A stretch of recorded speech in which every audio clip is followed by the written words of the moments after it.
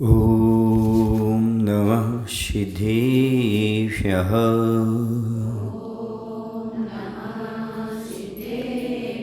ॐ नमः सिद्धेभ्यः।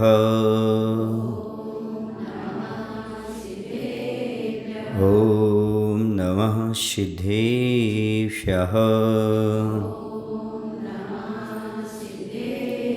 कौनमुक्कारम् अर्हन्ताणं तहेव सिद्धाणम् आर्यवज्रायणं लोयं ये सौसाहुणं लोयं ये सौसाहुणं। बोलिए अहिंसा परमो धर्म की। देवादिदेव श्री महावीर भगवान की। आचार्य गुरुदेव श्री विद्यासागर जी महाराज की। आचार्य समय सागर जी महाराज की।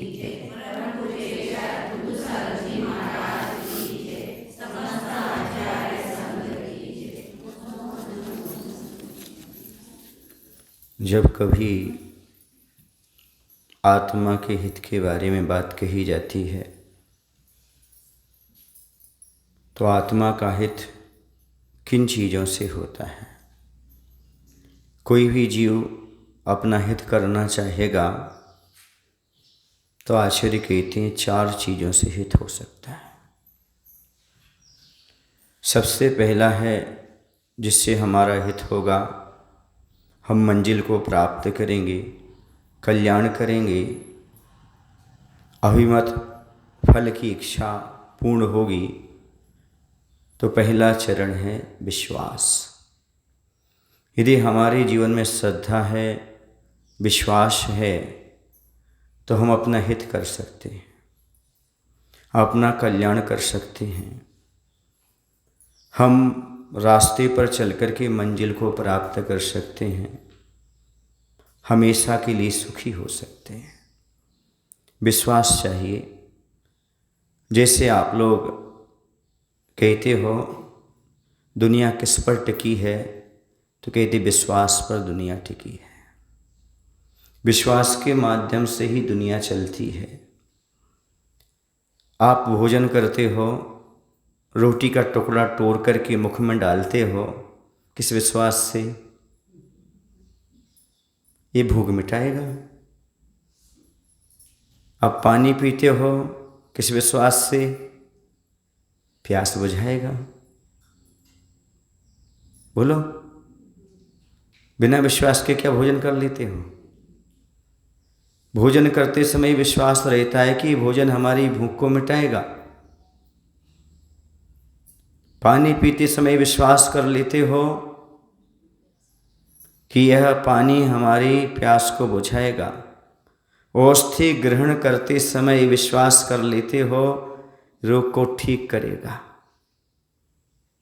इसी प्रकार से धर्म को अपनाते हुए विश्वास होना चाहिए, इससे हमारा कल्याण होगा, इससे हमें सुख की प्राप्ति होगी।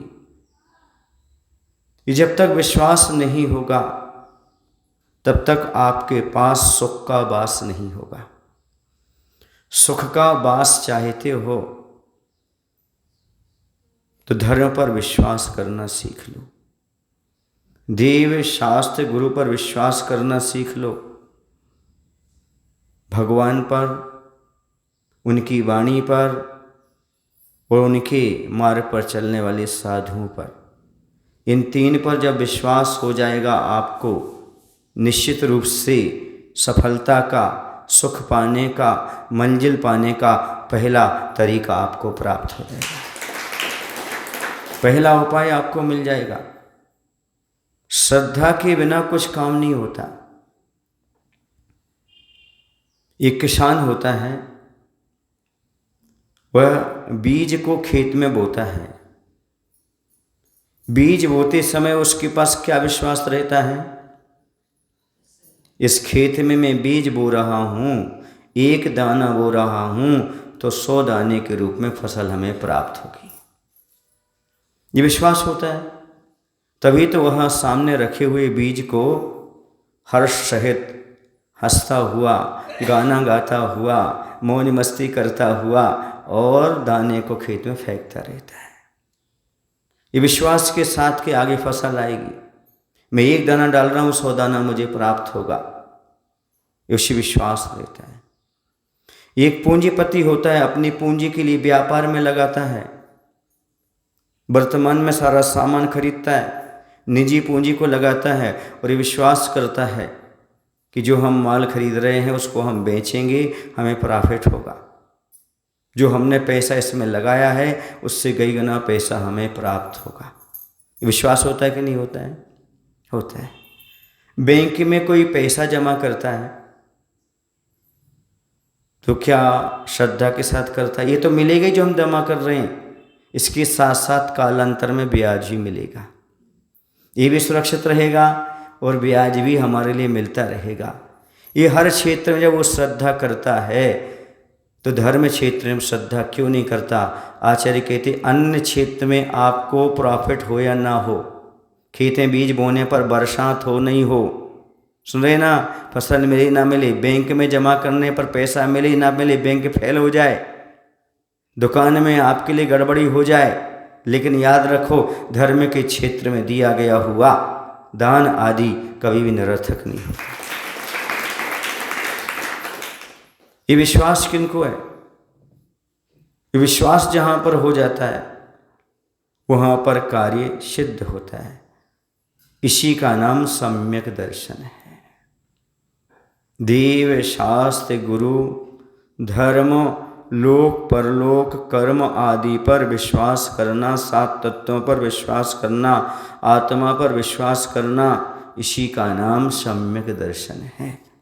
और यही जीव के हितकारी है। यही श्रद्धान, यही विश्वास जीव के लिए हितकारी है। यह श्रद्धान एक बार कर ले कि जीव जुदा पुद्गल जुदा, जीव अलग है और पुद्गल अलग है, ऐसे श्रद्धान करना। हालांकि आप लोग हर काम श्रद्धान से करते हो, मात्र आत्मा का काम छोड़ करके हमेशा भेद विज्ञान अपनाते हैं आप। यदि आपके भेद विज्ञान को बताऊं तो आप 24 घंटे भेद विज्ञान ही करते रहते हो। लेकिन किसके लिए? शरीर के लिए। किसके लिए? पेट भरने के लिए हमेशा भेद विज्ञान करते रहते हो। केला कितने लोगों ने खाया? छील कर खाते हो कि सीधा खाते हो?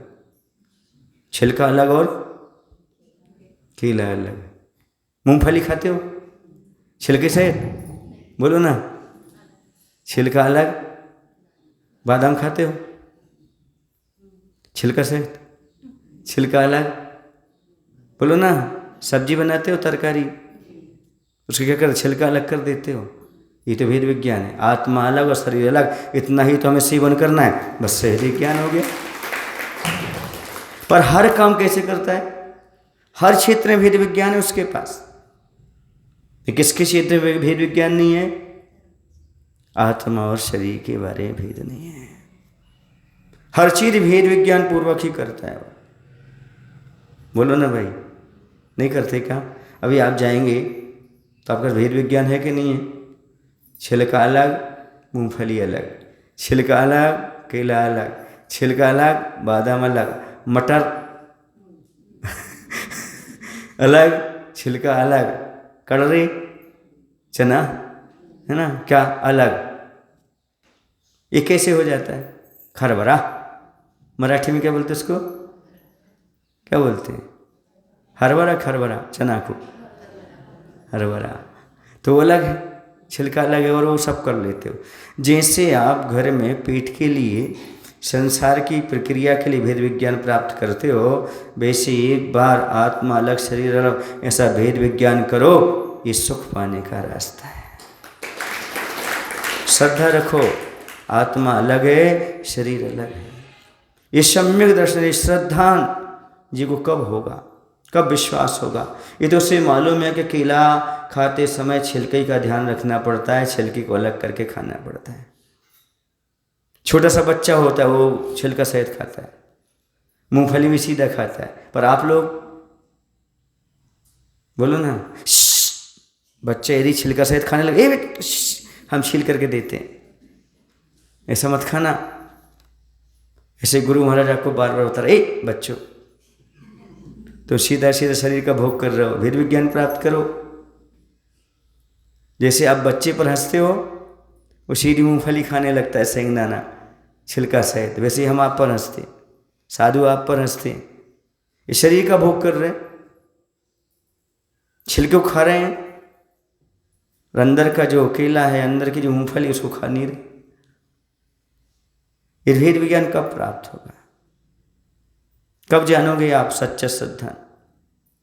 मार्केट में जाते हैं आप लोग, बहुत अच्छे अच्छे डिब्बे आने लगे आजकल, पैकिंग इतनी गजब की पैकिंग लगती है वो देखने में, अंदर के माल का नहीं पता, लेकिन पैकिंग कैसी रहती है, अच्छी। तो इतनी अच्छी अच्छी पुस्तकें आने लगी बच्चों के लिए, तो बच्चे क्या करते, पुरानी पुस्तक अलग रख देते, वही पुस्तक है, नया कवर आ गया, कवर देखते, दिन भर कवर देखते रहते, देखो ये भालू बना, ये बंदर बना, ये बना, पढ़ना नहीं उनको, वो मात्र ऊपर देखते, जैसे कार्टून देखते ना आपके मोबाइल में, ऐसे वो देखते रहते। ऐसे आप बाजार में नई नई पैकिंग की चीज़ें, और आजकल शादी होती है ना, तो 4-5 दिन 15 दिन तो आनी पैकिंग में ही लगा देता है। बोले कहाँ है वो? बोले पैकिंग में लगी है अभी शादी की पैकिंग। क्या पैकिंग क्या है? बस बाहर का अच्छा दिखना चाहिए, अंदर उसमें कौन सा माल है नहीं पता। इसी प्रकार से जैसे कार्टून खोका अच्छा दिखाई देता है, अंदर क्या है पता नहीं। जैसे पुस्तक का कवर अच्छा दिखाई देता है, अंदर क्या है पता नहीं, वैसे आपका शरीर बहुत सुंदर दिखाई देता है, पर अंदर क्या है पता नहीं। आत्मा के बारे में कोई ख्याल नहीं, बस सुंदर कार्टून देखा खरीद लो, सुंदर पैकिंग देखी बहुत अच्छा माल है। ऐसे ही हम शरीर को सजाते सजाते सजाते दूसरा व्यक्ति प्रशंसा करता रहता है, अरे यार तुम कितने सुंदर हो, तुम्हारी इतनी उम्र हो गई फिर भी अभी झुर्रियाँ नहीं आई, तुम्हारे चेहरे पर झोंकते हो चमक है, आप कितने खुश होते हो, इतनी उम्र में मैं ही बहुत सुंदर लगता हूँ, लोग मेरी तारीफ करते हैं।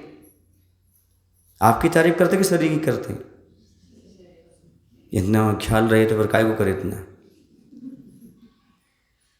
अरे आपके शरीर की प्रशंसा ना करके यदि आपके गुणों की प्रशंसा करता है तो मानता हूं कि आपकी प्रशंसा हो रही है। शरीर तो चमड़ी है, बाय है, इसकी प्रशंसा से आपकी प्रशंसा थोड़ी हो रही। आप बेखबर हैं अपने बारे में, आप बेखबर हैं, आप ख्याल ही नहीं रख रहे कि इससे शरीर के अंदर भी कोई आत्मा विद्यमान है। पहला सोपान यदि उन्नति का है तो ये श्रद्धा रखना, क्या इस शरीर से मैं आत्मा नहीं हूँ, शरीर के क्षरण से मेरा क्षरण नहीं होता, शरीर के सुधार से मेरा सुधार नहीं होता, मेरा सुधार शरीर की सुंदरता से नहीं स्वभाव की सुंदरता से है। जितना समय आप शरीर को सुंदर बनाने में लगते हैं उतनी यदि अपने स्वभाव को सुंदर बनाने में लगा दो तो 4 चांद लग जाएं, आनंद ही आनंद आ जाए। लेकिन सबसे ज़्यादा समय लगता है तो शरीर को सुंदर बनाने में, सुबह से लेकर के 1 आध घंटे तो निकल जाते होंगे शरीर की सजावट में। दातुन, दांत कैसे चमक रहे, पेस्ट, ब्रश, है ना, स्नान, बालों को सजाना, आईने के सामने खड़े होना, वस्त्र की सेटिंग लगाना, मैचिंग बनाना, इस शरीर के लिए नहीं तो किसके लिए? बोलो भाई, उसको सुंदर बनाने के लिए। फिर पुष्ट बनाने के लिए, पुष्ट मतलब भोजन पानी चाहिए, कितना समय लगाते। और आत्मा के बारे में अब समय कहाँ से मिलेगा महाराज? अब समय कहाँ हमारे पास? जब पूरा का पूरा समय हम शरीर की सजावट में निकाल लेंगे, उसको हिष्ट पुष्ट बनाने में निकाल लेंगे, फिर आत्मा के बारे में समय कब मिलेगा? जो जो आप क्रियाएं कर रहे हो उस पर श्रद्धा है आपको कि नहीं? अच्छा ही बताओ, आप शरीर को अपना मानते हो कि नहीं मानते हो? हाँ, तब तो सजाते हो नहीं। एक बात और पूछूं आपसे, अच्छे अच्छे कपड़े बाहर पहनते हो, घर के बाहर के अंदर पहनते हो? अभी घर जाओगे तो पुराने फटे भी चल जाएंगे, गंदे भी चल जाएंगे, और जैसे ही बाहर निकलोगे तो कपड़े अपने लिए पहनते हो कि दूसरे को दिखाने के लिए पहनते हो? ये तो शरीर के लिए भी नहीं हुआ, ये तो दूसरे के लिए हो गया। अभी तो कम से कम खा पी रहे थे शरीर के लिए, अब जो पहनना है इस शरीर के लिए, सुंदर सुंदर की दूसरों के लिए। यदि पहनना होता शरीर के लिए तो घर में वही कपड़े पहनते जो बाहर पहनते। अब शरीर के लिए बचा नहीं तो किसके लिए हो गया वो? दूसरों के लिए।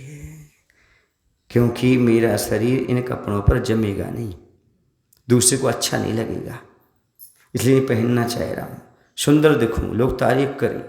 कई बार तो ऐसा होता है लोग अपने अच्छे अच्छे कपड़े पहन लेते हैं और अच्छे अच्छे आभूषण पहन लेते हैं, चेन को बाहर निकाल लेते हैं। सोने की है ना, किसकी है? आहार भी देने आएंगे तो चेन बाहर लटकेगी, क्यों? हाँ, कितनी सुंदर लग रही। कोई ना कोई महिला जब तक पूछ ना ले ये कहाँ से बनवाई थी, फिर नहीं पूछा तो दिक्कत हो जाती है, पूछ लिया तो आज तो मजा आ गया। ये किसके लिए है बताओ? अब चलिए, आपने लाखों रुपयों के जीवर बनवाए, आभूषण बनवाए, आप रोज पहनते हो कि फंक्शन में पहनते हो? अपने घर में पहनते हो कि दूसरे के यहाँ जाते शादी विवाह में जब पहनते हो? हर समय पहनते हो कि पर्यूषण में पहनते हो? बोलो, क्या श्रद्धा है आपका? दूसरों को दिखाने के लिए, एक शरीर के लिए, एक दूसरों के लिए। अपने लिए क्या है? कभी आपने सोचा अपने लिए क्या है?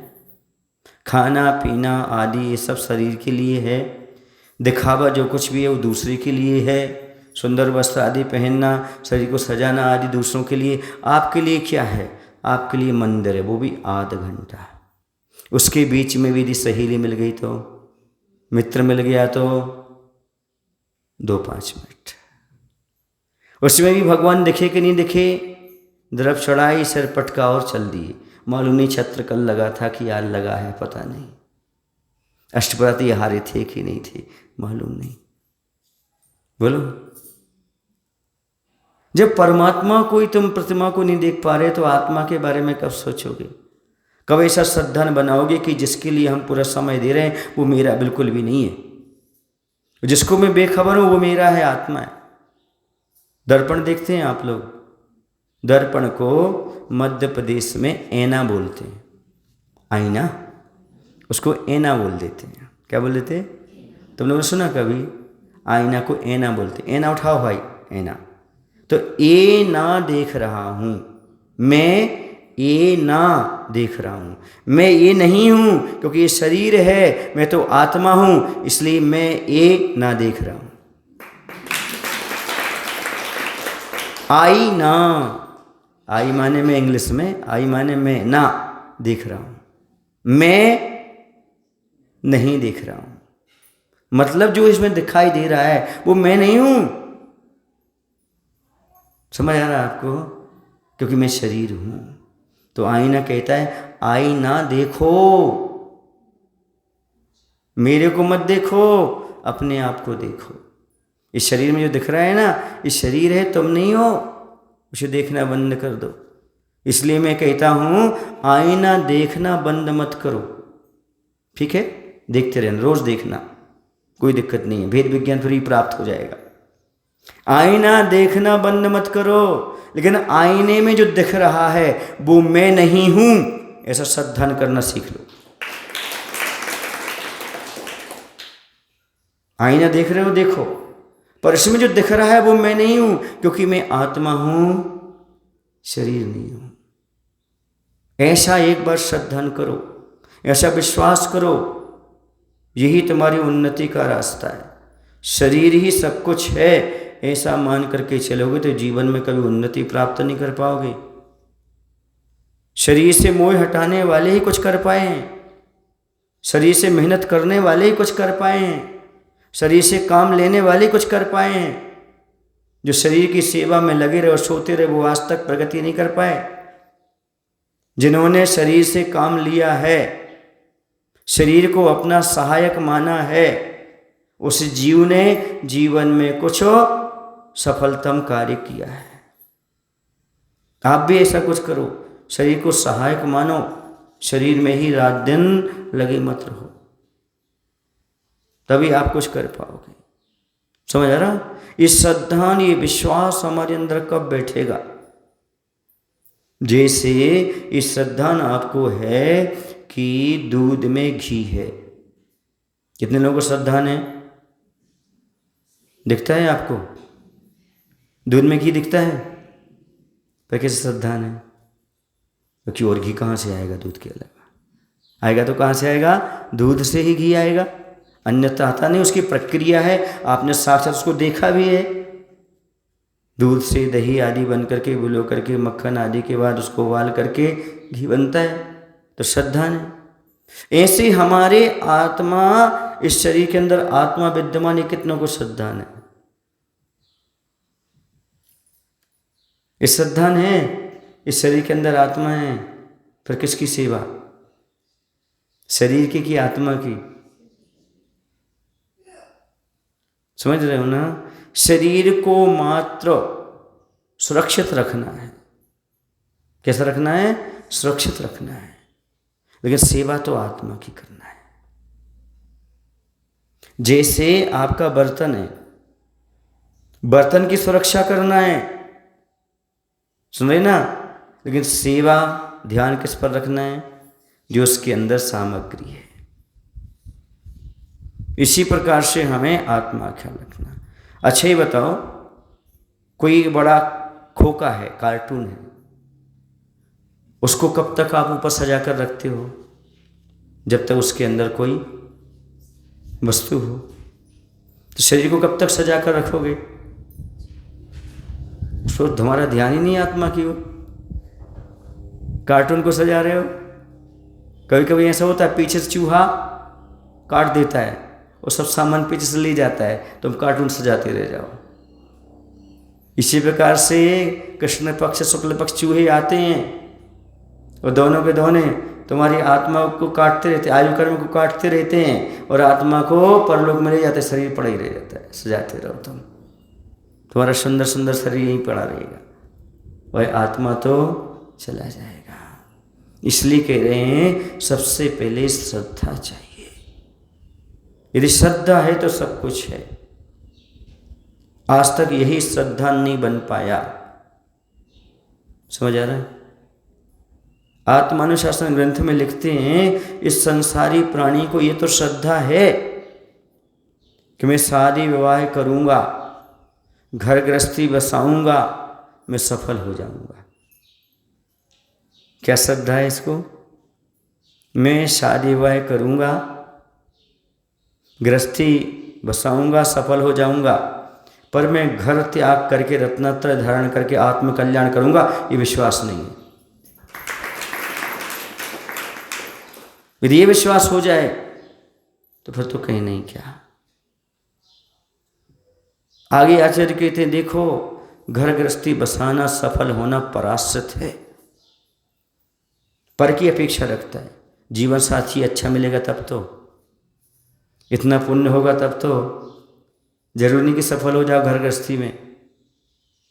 लेकिन मोक्ष मार्ग शाश्वत है।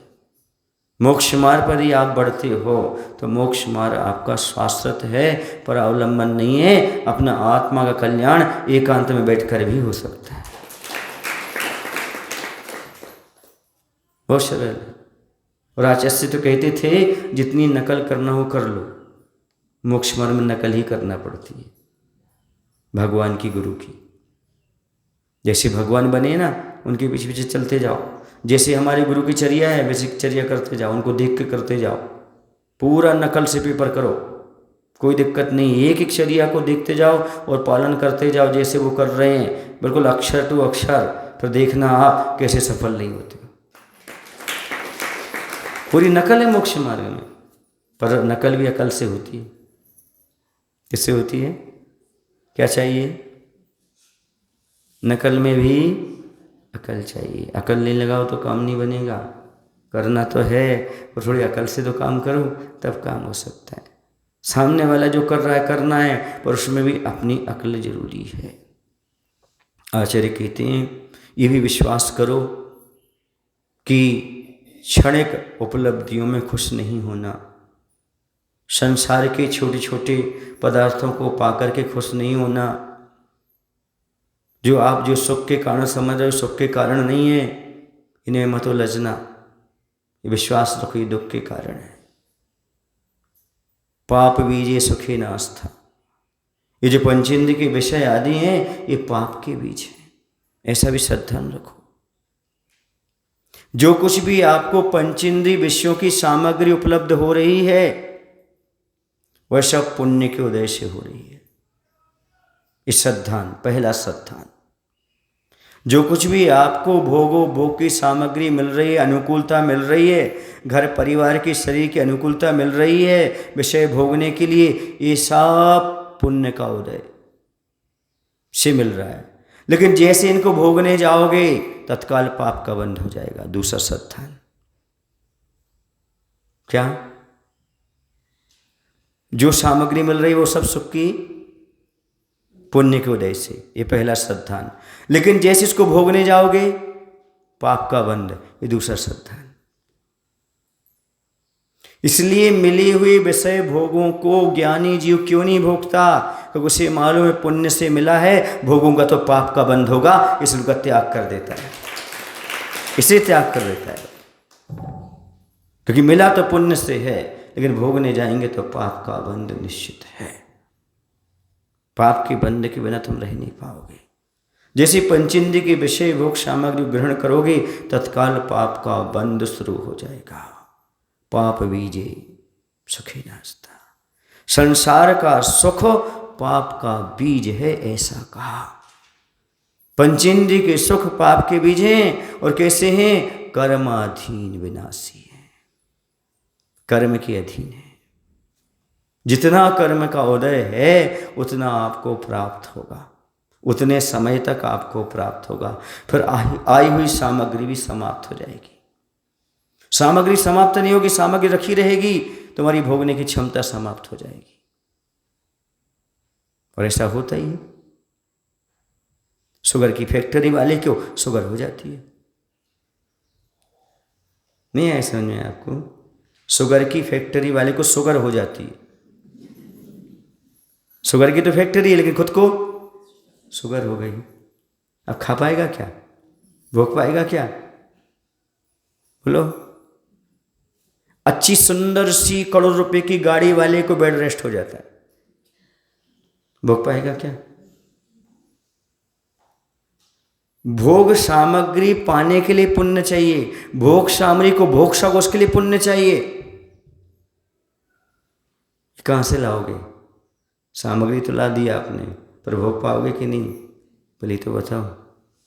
और भोगने जाओगे तो पुनः कर्म का बंध शुरू हो जाएगा। ये श्रद्धान है अपने को क्या भी? बोलो नहीं है महाराज जी। इतना श्रद्धान हो जाए तो फिर तो मुनि बनने में देर ना लगे आदमी को। जो विशेष सेवन कर रहे हैं इनसे कर्म का बंध हो रहा है, कर्म का दुख देगा, ऐसा श्रद्धान होते ही कल्याण का रास्ता दिखाई देने लगता है, हित का रास्ता दिखाई देने लगता है। इससे हमारा हित होगा। जैसे एक बच्चा है, सुन रहे आप लोग की नहीं, जब बच्चे स्कूल के लिए जाता है तो उसको रास्ते में बहुत सारी चीज़ें दिखती हैं। जब तक स्कूल नहीं जाता तब तक कुछ नहीं दिखता, घर में क्या दिखेगा? ये स्कूल जाता है तो अरे इतनी अच्छी सुंदर सा खिलौने दुकान पर खिलौने दिखते हैं, मिठाइयाँ की दुकान दिखती है, सब कुछ दिखते हैं। और यदि वहीं रुक गया तो विद्यालय कैसे जाएगा? पढ़ाई कैसे करेगा? बोलो। ऐसे पुण्य के उदय में आपको सब चीज़ें मिल रही हैं, सुंदर स्त्री, सुंदर पति, सुंदर घर, सब कुछ, निरोगी काया। इसको भोगोगे तो बोलो विद्यालय कैसे पहुंचोगे? आत्मकल्याण की जो इच्छा थी वो कहाँ गई? सब समाप्त हो जाएगी। तो श्रद्धा रखो पहले, ये सब हमारे लिए सुख देने वाले नहीं हैं, ये सब कर्म का बंध कराने वाले हैं, कालांतर में दुख देने वाले हैं। कहते हैं विद्यार्थिनः कुतो सुखम सुखार्थिनः कुतो विद्या। विद्यार्थी को सुख नहीं और सुख चाहने वाले को विद्या नहीं। ऐसे पंचेंद्रिय के विषय भोगने वाले को मोक्ष सुख नहीं, और मोक्ष सुख पाने वाले को पंचेंद्रिय के विषय नहीं चाहिए। As you like, can you live? अब आप कैसा जीना चाहते हो आप समझ लीजिएगा। अच्छा, आप लोग कुछ ऐसे लोग बैठे यहाँ पर जो बुजुर्ग हैं, उन्होंने जीवन भर भोग भोगे, उन्हें क्या मिला? बोलो, कुछ मिला? मिला महाराज जी बुढ़ापा, और कुछ नहीं मिला। कर्म का बंध, दुख, आकुलता, चिंता, तनाव, टेंशन, यही सब चीज़ें मिली और कुछ भी नहीं मिला, क्योंकि अनुभव कर करके आकर के बैठ गए। ऐसी इनकी पूर्ण रूप से स्थिति हो चुकी है। कुछ लोग कहते हैं महाराज जी अभी हम त्याग नहीं कर रहे, बाद में त्याग करेंगे। कब? जब शरीर त्याग कर देगा तुम्हें। अच्छा, तो त्याग का मुहूर्त कब होता है और ग्रहण का मुहूर्त कब होता है? मैंने आज तक, बुरा तो नहीं लगेगा, सही से बता दूं ना, आज तक मैंने शादी का मुहूर्त देखा है, तलाक का नहीं देखा। खाने का मुहूर्त देखा है, उल्टी करने का नहीं देखा। खाने का देखा है, मल विसर्जन का नहीं देखा। बोलो भाई, यदि आपको जंगल जाना है तो अभी नहीं, 4 बजे। यदि आपको उल्टी हो रही है तो अभी नहीं, 1 घंटा बाद। तलाक की इच्छा हो रही है 2 साल बाद। मायना क्या हुआ? ग्रहण के लिए मुहूर्त चाहिए पड़ता, त्यागने के लिए कोई मुहूर्त नहीं चाहिए पड़ता है। मायना समझे आप? मायना ये हुआ कि अभी मत सोचो हम कब कल्याण करेंगे, जब इच्छा हो तब कल्याण मार्ग पर बढ़ जाना चाहिए। जब आपको विश्वास है इन सब में सुख नहीं है, ये सब हमारे दुख के कारण हैं, ये सब हमारे आत्म के अहितकारी हैं, आत्म के अहित विषय कसाए, इनमें मेरी परिणति न जाए। हे भगवान, ये जो विषय कषाय हैं ये आत्मा का अहित करने वाले हैं, इनमें मेरी परिणति मन मेरे मन वचन का इसमें ना जाए। ऐसा कभी आपको भाव भाषण हुआ कि विषय कषाय में मेरी परिणति नहीं जाना चाहिए, मैं विषय कषाय को न भोगूं? ऐसा कब चिंतन किया, कब भगवान से आपने निवेदन किया कि भगवान मेरे विषय कषाय छूट जाएं? ये तो सोचा और विषय मिल जाए, परिग्रह मिल जाए, धन दौलत मिल जाए, लेकिन कभी आपने सोचा विषय कषाय छूट जाए हमारे, राग द्वेष मोह छूट जाए हमारे?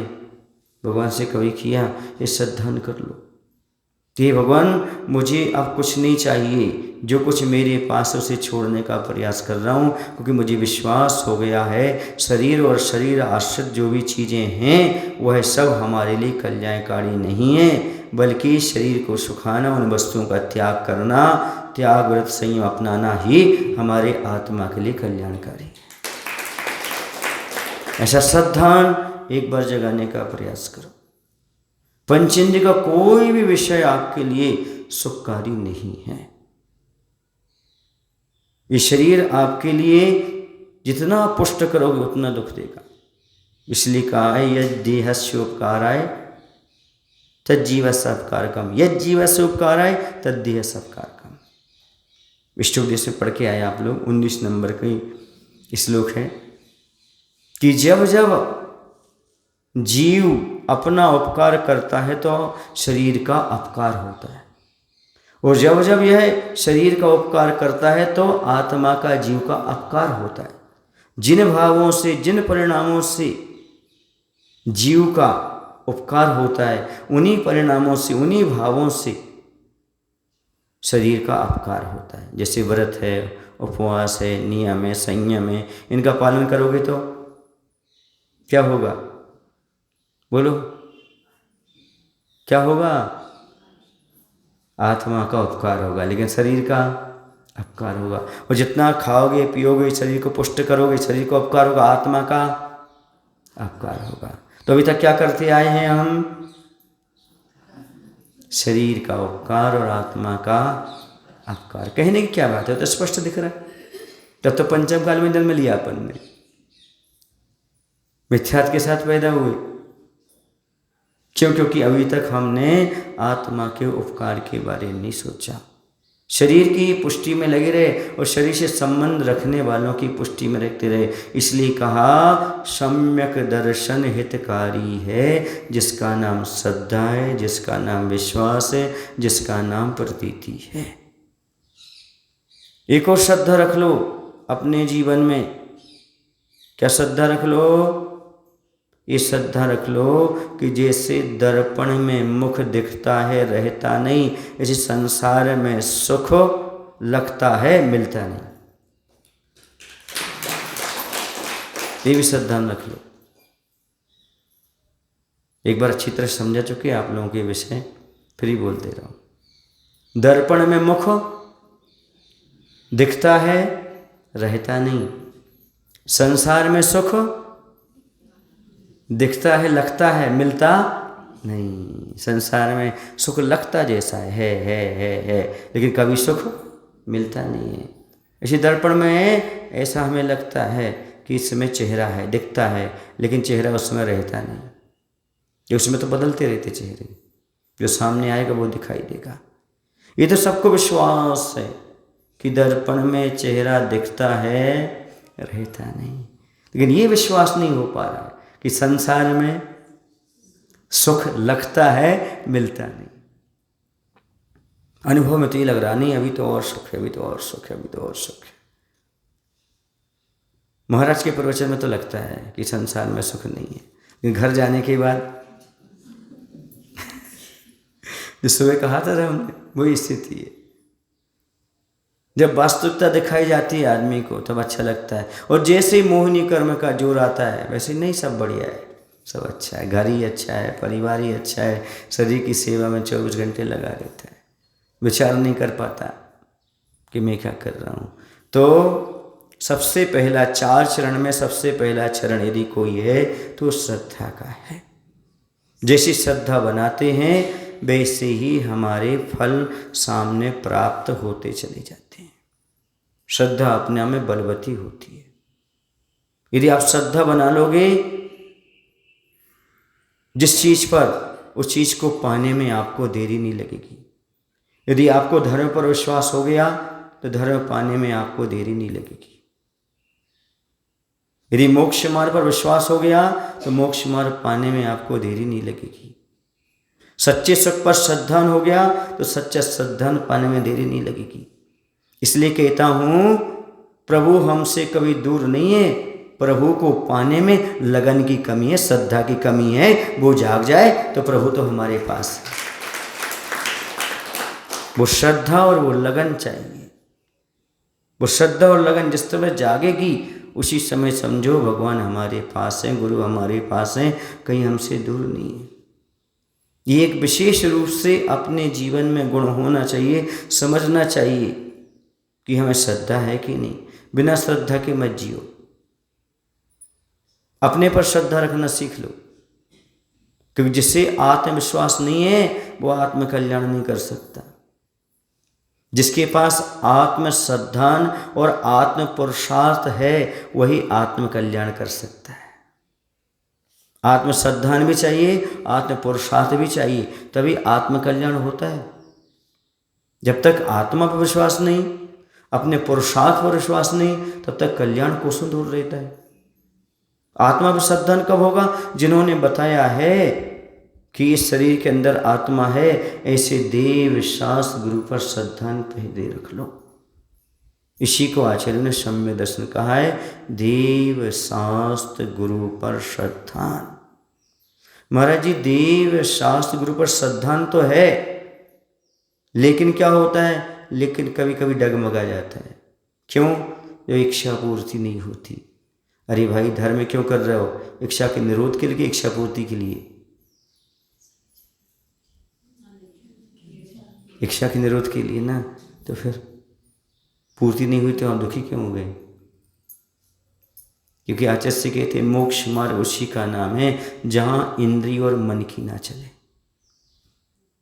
मोक्ष मार्ग किसका नाम है? जहां इंद्रिय और मन की ना चले, मात्र आत्मा की ही चले, उसी का नाम मोक्ष मार्ग है। और जहां आत्मा को छोड़ करके मन और इंद्रियों की चले, उसी का नाम संसार मार्ग है। जहां आप हो इसमें ज़्यादा बताने की ज़रूरत तो है नहीं, है ना। हाँ, समय हो गया तो ज़्यादा बताने की ज़रूरत तो है नहीं। ये लाइट बोल रही है हमारी, समय हो रहा है। अब आपकी लाइट जले या ना जले, श्रद्धा की लाइट जले या ना जले, लेकिन हमारा तो कर्तव्य था आपको बताया। किसी भी क्षेत्र में श्रद्धा की आवश्यकता होती है। किसी भी क्षेत्र में सफल होना हो, श्रद्धा चाहिए, विश्वास चाहिए। एक बात और बता दूं, दुनिया के जितने भी रिश्ते हैं, संबंध हैं, वो सब विश्वास पर चलते हैं। चाहे पिता पुत्र का हो, चाहे पति पत्नी का हो, चाहे भाई बहन का हो, चाहे सामाजिक हो, कोई भी रिश्ते हों, वो सब विश्वास पर चलते हैं। एक दूसरे पर विश्वास है तो ही श्रद्धा नहीं। जैसे विश्वास गया, रिश्ता समाप्त हो गया। रिश्तों के प्राण कौन है? विश्वास, श्रद्धा। यदि रिश्तों को आप जीवित रखना चाहते हो तो एक दूसरे पर विश्वास करना सीख लो। यदि विश्वास रहेगा तो रिश्ता चलेगा, और जहाँ विश्वास टूटा, रिश्ता टूटा। इसलिए किसी भी चीज़ में, किसी भी क्षेत्र में कभी भी सफलता पाना हो तो विश्वास को अपने पास रखो। श्वास श्वास में विश्वास हो, फिर सफलता आपके पास हो।